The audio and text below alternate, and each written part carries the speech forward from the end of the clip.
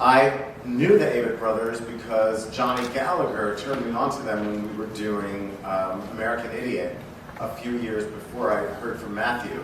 And then Matthew and his partner, producing partner, Sean Hudock, ended up getting the rights from the Avett Brothers and went to John Logan, the playwright, to develop a story based on this album. And what Logan ended up doing was he was inspired by the album, which in turn was inspired by a book about a shipwreck, and he created this original story, which I responded to so strongly because the themes of brotherhood, of sacrifice, of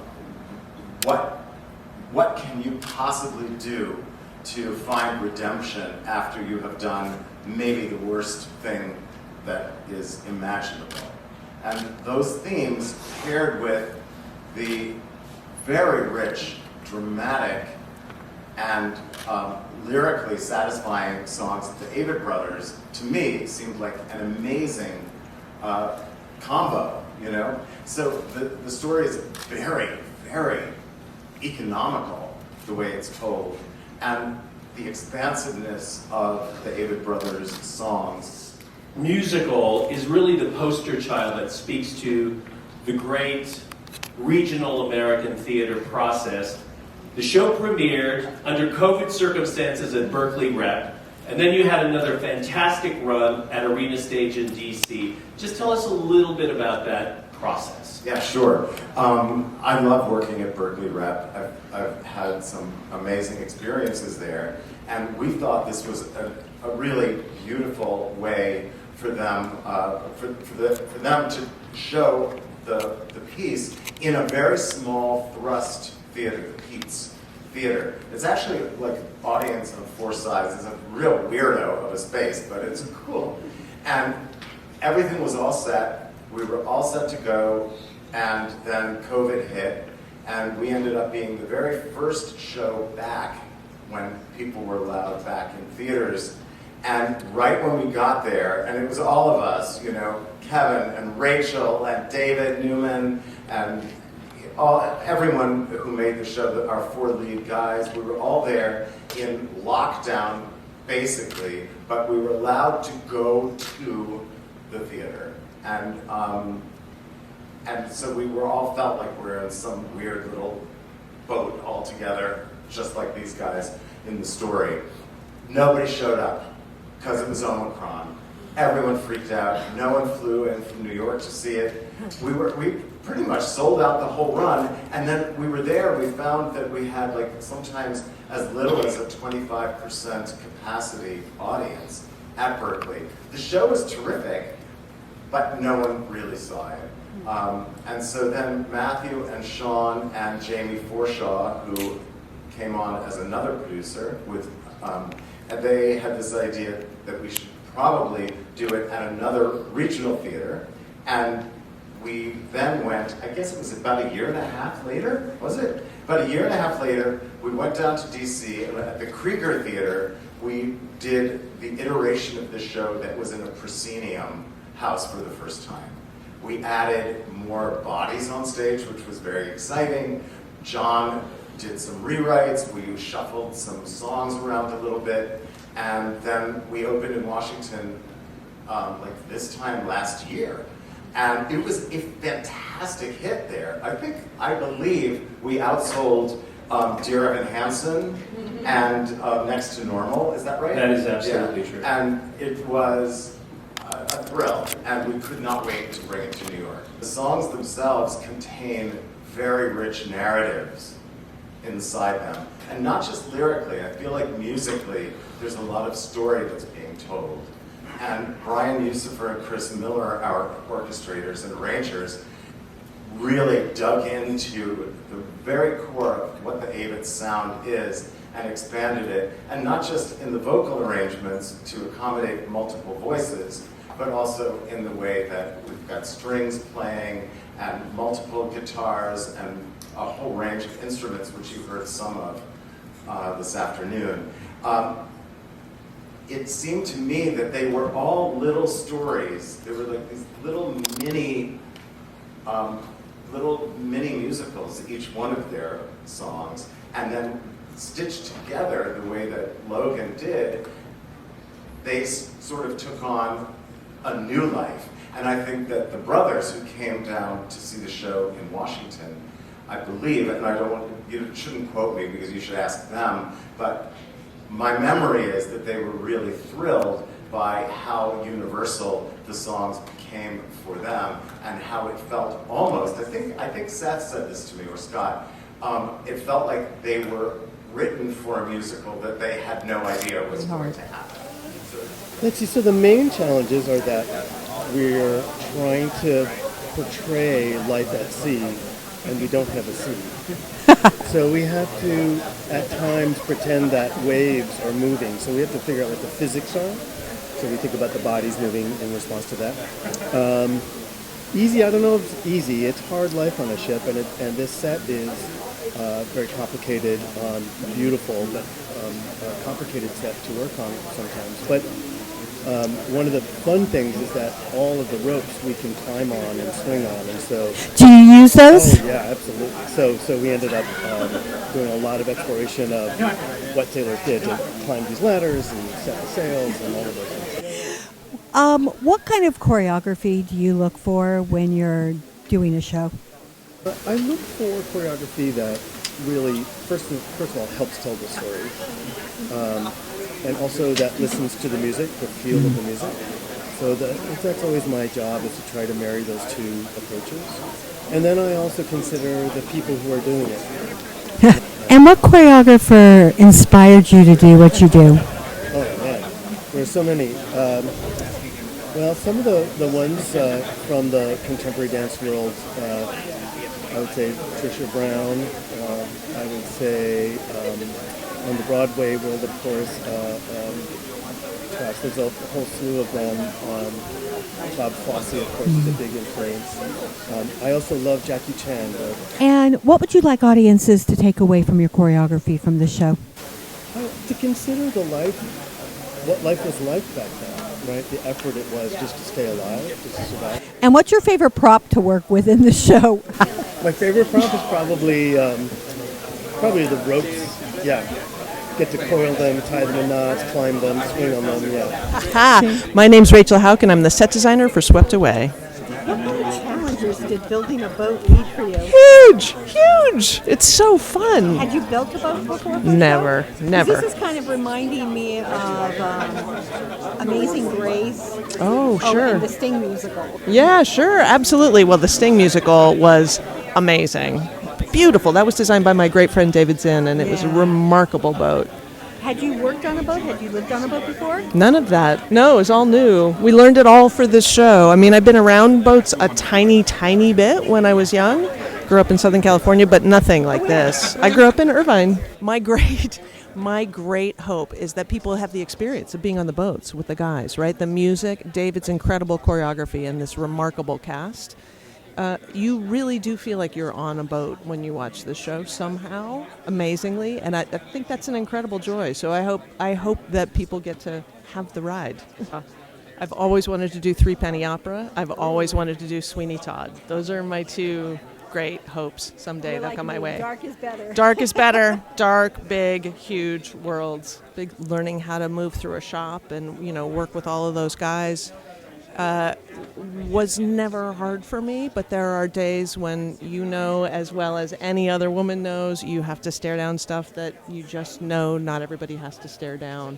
But I feel very lucky. I had many role models before me. It's clear to me now from the number of people write a lot, which is really wonderful, and it's clear to me from those letters that these doors are not always open to everybody, and that people, I grew up in California, you grew up in California, right? Hear from people all over the country, all over the world, and they look to me as a role model, both as a woman and for the queer culture, and I feel very happy to have a presence in both those things, and to, it's that line, you need to see it to be it, and for me, I feel it feels important to be as visible as possible, and into as many cultures and as many people who seek to, for whom that is helpful. When I started, and I had as I was getting a lot of these breaks for the first time, it took a very long time for me to get some of these opportunities.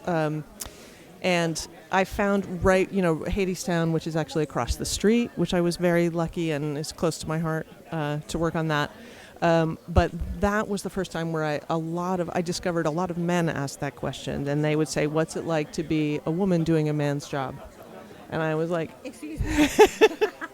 Be doing this job, and I would always, it took me a while to realize, it's always men who ask me that question. It's the same amount of.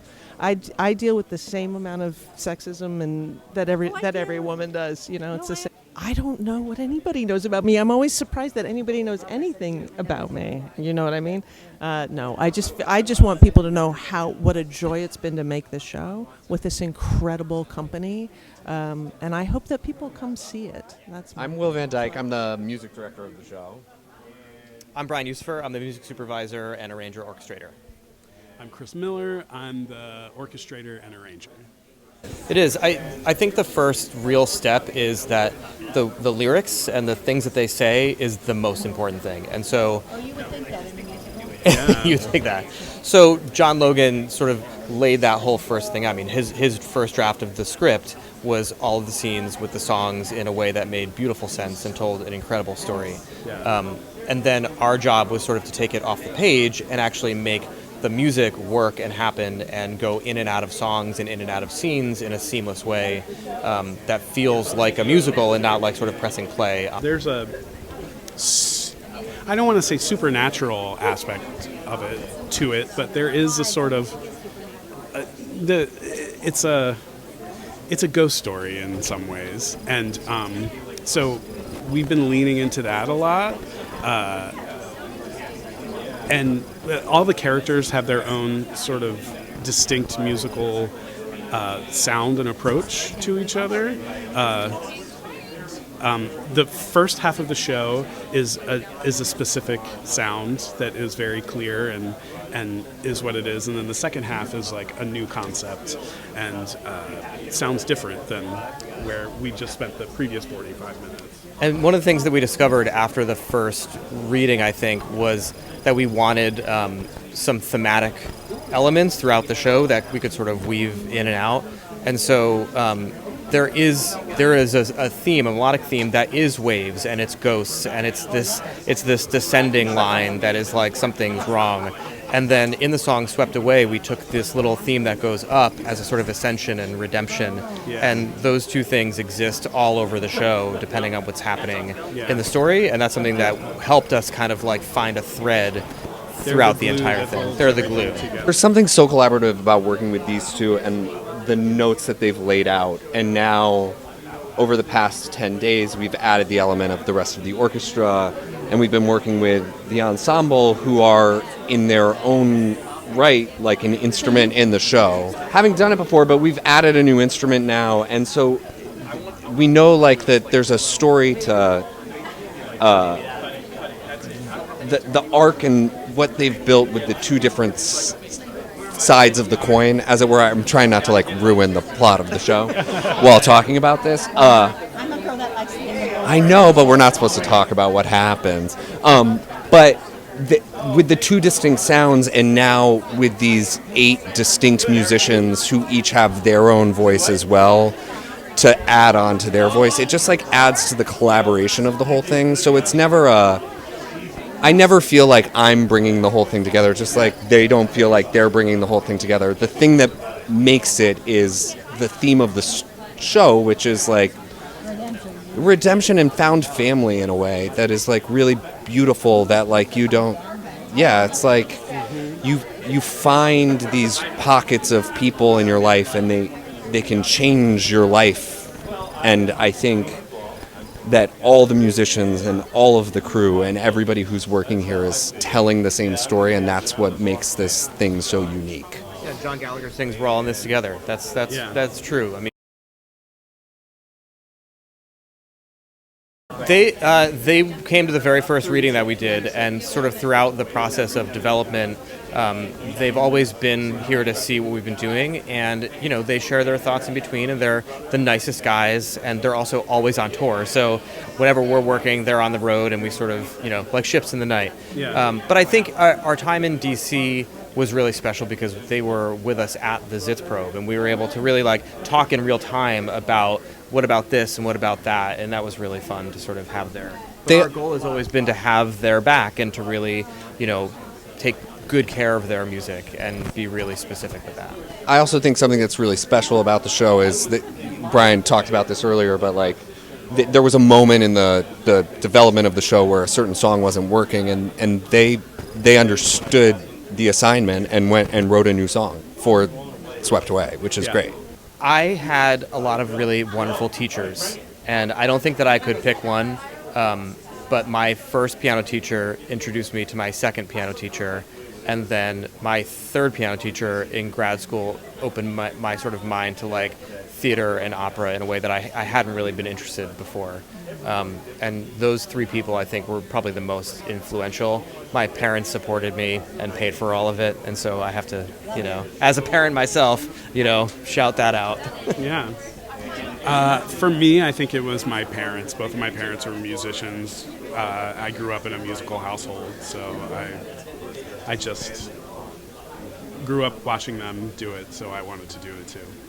Similar to Brian, two music teachers, David Coleman and Gabriella Sana, they both looked at music very different ways, and learning from them really showed me, there's so much music in the world, and that was really cool. All right, my name is Stark Sands. I play Big Brother in Swept Away. So this is a departure from Kinky Boots. Yes.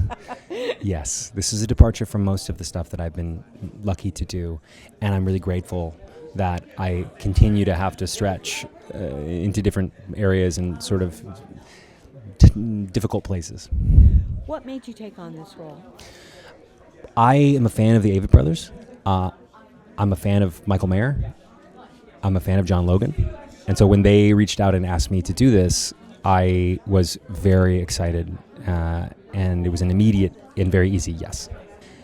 This role, the thing that makes it Stark is that he is devoted to his family, and there's a real kismet thing that's been happening that we had to take the show out of town twice, and both times I'm doing a play. I'm doing a piece of theater that primarily asks the question, what would you do if you were separated from your family? And if you're worried that you might not see them again. And my wife and my kids were home and I was somewhere else. And so it was not that hard to imagine that scenario. It's been really very, very accessible for me. And so that part, I get to sing songs about how I miss my family, how I love my family. And that's wonderful. And I'm obviously on stage, I'm singing it about my stage family, but it has dual meanings. The thing that is not Stark Sands is that You're not a ghost. I'm not a ghost. I'm a living, breathing human being. What kind of roles would you like to take on?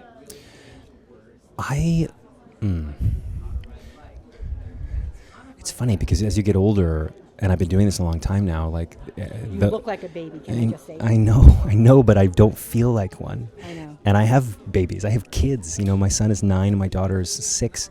And so I'm excited to play like a real dad. Are you excited for them to see the show? No, not this one.